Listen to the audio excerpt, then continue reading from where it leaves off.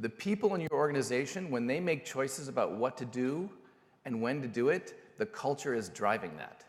They're paying attention to what the culture values, and they're going to behave based on that.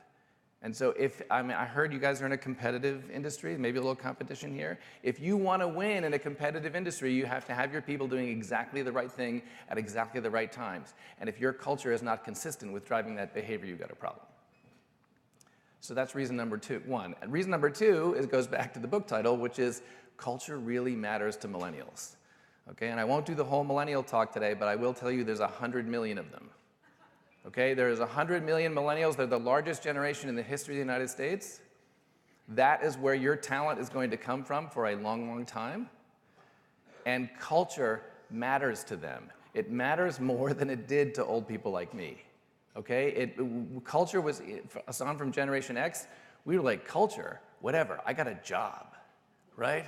Like, you got a job, you're fine.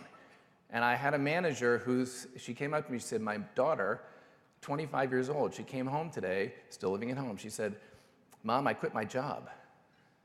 And the mother was like, well, why did you quit your job? She's like, because they wouldn't listen to my ideas. And the mom's like, but you had a job, right? And the old people like me, that's what we would say, but you had a job. Millennials don't do that. And there's a whole long story about why this is true, but they have raised the bar.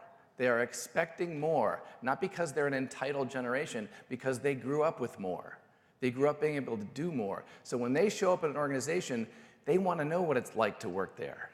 They want to know if their ideas are going to be listened to. They want to know whether this organization is committed to innovation. They want to know what it's like to collaborate there.